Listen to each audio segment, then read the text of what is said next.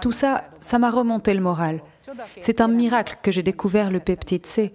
Il fait de l'effet sur tous mes problèmes. Troubles paniques, diabète, maladies cardiaques. Et je le recommande à tout le monde, même à quelqu'un en bonne santé. Parce que c'est le secret d'une longue vie. Le secret d'une longue vie en bonne santé. Eva a subi une lourde opération des jambes à l'âge de 6 ans. La maladie de Perthes est liée à la croissance de la partie osseuse du fémur la plus proche de l'articulation de la hanche.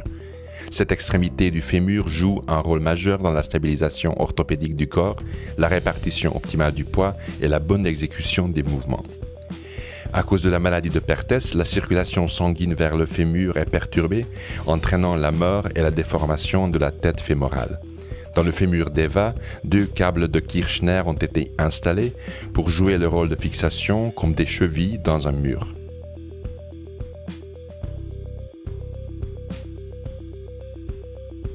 J'ai supporté ça jusqu'à mes 40 ans et depuis, je vis avec une douleur terrible parce que l'articulation est usée. Il n'y a plus d'espace entre les articulations. Du coup, l'os frotte sur l'os. Chaque pas me fait terriblement mal. À la longue, l'os de mes genoux est même devenu pointu.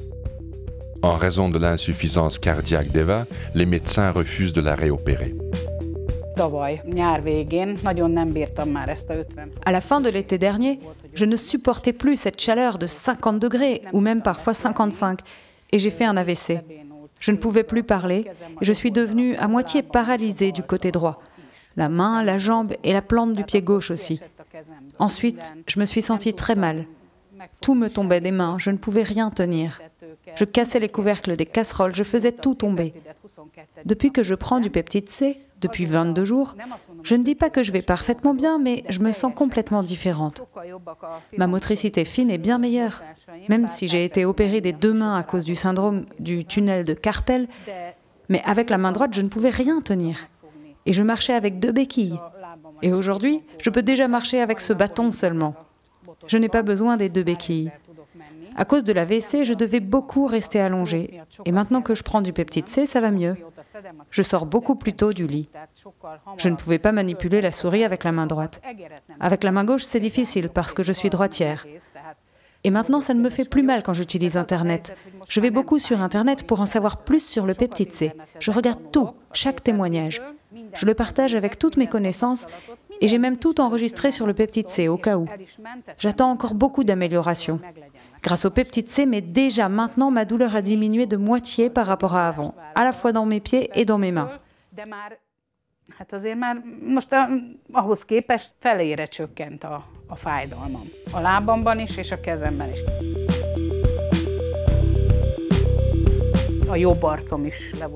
Le côté droit de mon visage était engourdi. Il est redevenu bien maintenant, mais j'avais besoin de peptide C pour ça. Je n'arrivais plus à parler, je ne pouvais pas dire ce que je voulais. Je devais décrire. Si j'avais besoin d'une robe, d'une serviette ou d'une lingette, je ne me souvenais pas des mots. Maintenant, je me souviens. Après 2 semaines de peptide C, je me sentais déjà mieux. Ça va chaque jour un peu mieux.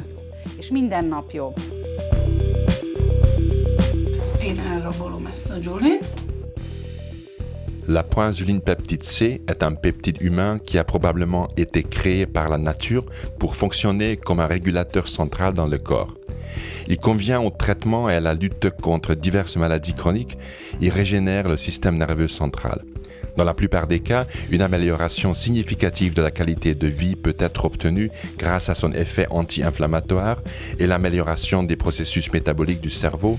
Son efficacité peut simultanément améliorer les séquelles de l'AVC, le diabète ou l'hypertension. Avec Eva, le diabète a causé de graves problèmes dans le passé et après son AVC, sa tension artérielle a également atteint des records. Je me dispute avec ma diététicienne car elle me dit constamment de manger 5 fois par jour. 5 fois! Je mange 1 fois par jour ou 2 fois maximum. Je n'ai pas faim. Parfois, le taux de glycémie est monté jusqu'à 15 le soir. C'est vrai que je mangeais plus le soir que la journée parce que je n'en avais pas envie, juste le soir. Grâce au peptide C, mon taux de sucre dans le sang ne dépasse pas 9 maintenant, même le soir.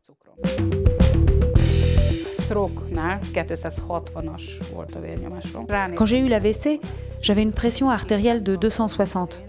J'ai regardé le moniteur et j'ai vu 260. Je me suis dit, quoi, c'est ma tension artérielle ça? Ouh là là! Alors j'ai vite pris 2 comprimés à sucer sous la langue. J'ai reçu une perfusion intraveineuse immédiatement pendant 5 jours. Il aura fallu 2 semaines de peptide C pour que je remarque, pour qu'il se mette à travailler dans mon corps et qu'un mécanisme de guérison démarre. Avant-hier, j'étais avec la neurologue en chef pour un bilan semestriel et elle a mesuré 110, sans avoir pris de médicaments contre la pression artérielle. Je n'avais rien pris avant les tests. Elle a mesuré 110. Elle a été surprise par les changements, la médecin en chef, et aussi par mes résultats de laboratoire. A változásoktól, és a laboreredményeimen is meg volt lepődve.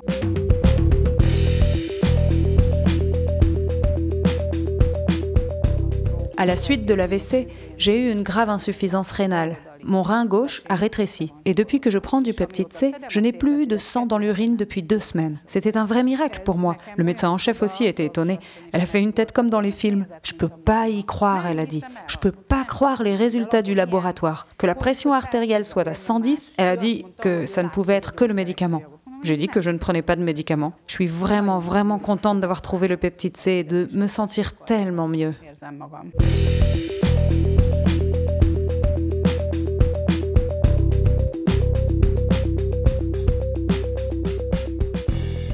Les informations contenues dans cette vidéo n'ont pas été approuvées par l'Institut national pharmaceutique et de nutrition ou autre institut de santé. Nous n'avons pas l'intention de diagnostiquer, de traiter, de guérir ou d'anticiper des maladies. Les informations sont partagées uniquement à des fins éducatives. Nous vous prions de toujours consulter votre médecin traitant, surtout en cas de grossesse, d'allaitement, de traitement médicamenteux ou de maladies existantes.